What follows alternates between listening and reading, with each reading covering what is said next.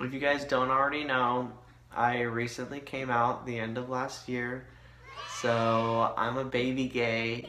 I have still yet to have my first kiss or have sex or do anything with a guy. So yeah, there's that.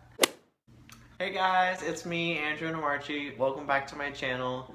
In today's video, I'm going to be sharing my coming out story. Where do I even start? I guess we'll start in my kid years. So, as a kid, I never viewed myself as different. I always thought that I fit in.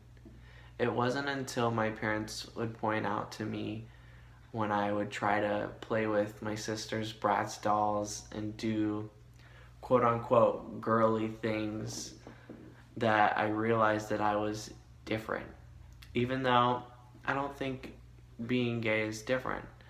I think everybody's different, but being gay is just another way of being different. So before my parents pointed that out about myself, I never viewed it as a big deal, and I never thought much of it. I was just myself.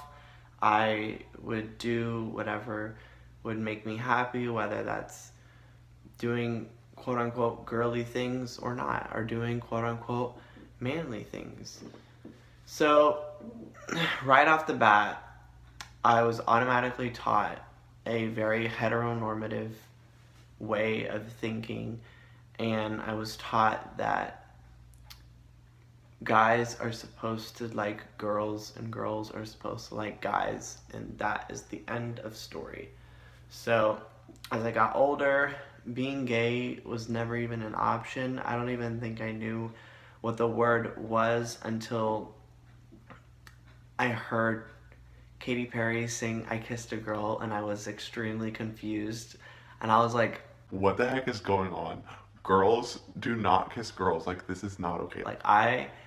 at first, when I heard about the LGBTQ community, I did not like them because I was a Christian, I was very religious, I was very by the book, so are my parents, and that's what they taught me. So I agreed with them, and it wasn't until the age where most people catch feelings for girls that I started catching feelings for guys. And when I first started getting these feelings, my initial reaction was, this is not okay. Why am I feeling some type of way when this guy walks by me, and why does this cologne suddenly turn me on? Like, what the heck is going on? But now I think it's funny and it's cute and it's whatever, but before, when stuff like that would happen, I would be so confused. I'd be like, why am I feeling this type of way? Like, this is a guy. This is not a girl. I should be feeling this type of way when a girl walks by and I smell her perfume. So initially I thought, okay, this is a feeling that is from the devil. The devil is tempting me, and this is not who I am. This is something that the devil is doing to me to try and test me. But little did I know that that is not gonna go away. That is not a test. That is something permanent that I did not choose. That is who I am. So as I got older, at this point, I guess we'll say I was like 9, 10, 11 years old. I started watching gay and I remember it was Christmas time, and I was, like I said, 9, 10, 11, in that age range. And I really, really wanted this gaming device. It's called a PS Vita. I remember very specifically. Christmas comes around, I got my PS Vita, I was so happy, and then one night, oh God, looking back on it now, it's funny, it's comical, but when it happened, Jesus Christ, that was the scariest moment of my life. So, it was, I don't know when it was. I think it was the night after Christmas, or a couple nights after Christmas, when I got my gift. I was on my PS Vita in my bed. I opened the internet app, I went on YouTube, and I searched gay, and I was about to search, which is weird thinking about it now. Like, you can't watch on YouTube. I don't know why I was on YouTube. So my mom walks into my room. Okay, so this is not the first time that this has happened, so I was like, okay, I'm really nervous right now, but I could just easily exit off and then she won't even notice, right? Wrong, bitch. She walks in and she's like, Andrew, you need to give me your PS Vita. It's getting late. You need to go to bed. And I'm like, okay, just give me 1 second. She's like, no, give it to me right now. So I'm like trying to click off of this fucking... I'm trying to click off of YouTube and I'm not able to click off of it fast enough. And my mom grabs it and she sees that I was searching gay. And oh my god, her face. If only I could show you guys a picture of what her face looked like. Woo, bitch. She looked like she was about to slay me down. Not in a good way, like slay my head off. That was not a good moment for me at all, because immediately after she saw that, she grabbed me by the arm, took me to her master bedroom where my dad was, and then she started getting really mad. She started like asking, like, Andrew, what the hell is this? Why are you searching gay? Are you trying to watch gay stuff? Because gay is not okay.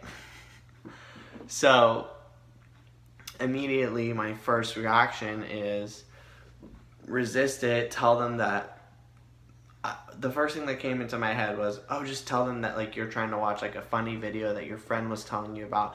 So I was like, no, Mom, it's not what it looks like. I was just trying to search this funny video that my friend was telling me about. It's about like this gay cop and it's supposed to be so funny. I just didn't have time to like type cop. And then she was like, no, I don't believe you.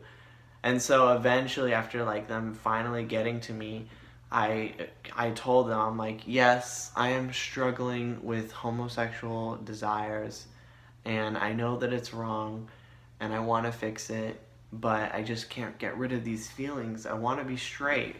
That's what I told them. So the morning after that happened was literally the worst morning in my entire life, because I had been struggling with those feelings for a really long time, and I never thought that my parents would ever catch me trying to watch gay porn. That was so embarrassing for me, and that was such a low point in my life, because it's one thing for them to catch me watching it when I've accepted myself and when I felt comfortable with myself being gay, but at that moment, I was still a hardcore Christian, and I still thought that being gay was a wrong thing, was a sin. And on top of that, my parents thought it was a sin too, so they reinforced that idea. So for them to catch me, that was literally my worst nightmare come true. So the morning after, we discussed what happened, and we agreed that they would take away my phone, my iPod, all of my electronics for, I don't even remember how long. I think I had it gone for like a week. So I couldn't do anything. Like, I couldn't watch anything, or like, it was terrible. But at the same time, I agreed to it and I wanted to do it because I wanted to be straight. And then they also told me that I would see a Christian counselor, which I agreed to do. I wanted to see the counselor, and I saw this counselor, for I think the whole week that they took away my phone and stuff. And when I went in there, the guy was super nice. He seemed really genuine, like he really wanted to help me. And I really wanted to help myself. I really wanted to be straight. And we tried, and we discussed how I was feeling, what I was going through, and after the session, after the counseling was over, I managed to stop my addiction. So like everything was good and dandy and I wasn't acting on my desires. But like even after I stopped seeing the counselor, I still had those feelings. Everything was still there. I just wasn't acting on it. So after that happened, my parents finally gave me my phone back. Everything seemed good. They thought that I was back to being straight, and I just moved on with my life from there. And it wasn't until the end of last year that I don't know what clicked. I finally accepted myself as being gay, and I realized that it's not going to change. And because of that, for me personally, I had to let go of being a Christian. And saying that right now sounds really sad because there were a lot of good things that came out of me being a Christian before. And I have nothing against people who are Christians, but the heteronormative side of what a lot of Christians believe is very harmful, and I think it's important for me to just take a step back from being religious, and I think I need time to really think about myself and work on myself. And I feel like that has been the greatest thing that has come from me coming out, because I've learned that taking care of myself is nothing to be ashamed of. It's something that should be praised. Because before, I used to view it as like vanity and like a bad thing. Like, oh, you're taking care of yourself. You're selfish. All you care about is yourself. I would self-pity myself all the time, and I would make myself feel guilty for doing things that I should not feel guilty about. So even now, like, it's taking me a really long time to get over that hump of not feeling guilty for things that are perfectly normal. Like, I think that's why I still have yet to have my first kiss. I've still yet to been in a relationship with a guy. So it's difficult for me, and it's still fresh. So I'm still learning a lot of new things. But guys, if you would have seen me last year versus now, you would know that I have changed a lot, and I think for the better. And I think that that just goes back to me coming out and finally accepting myself and acknowledging who I am as a person, and not shying away from it and not trying to change it based off of what I think other people expect of me. Because I think that was one of the biggest things, and that still can be a big thing in my life right now. Sometimes I find myself, actually a lot of times I find myself caring way too much what other people think, and it is not healthy.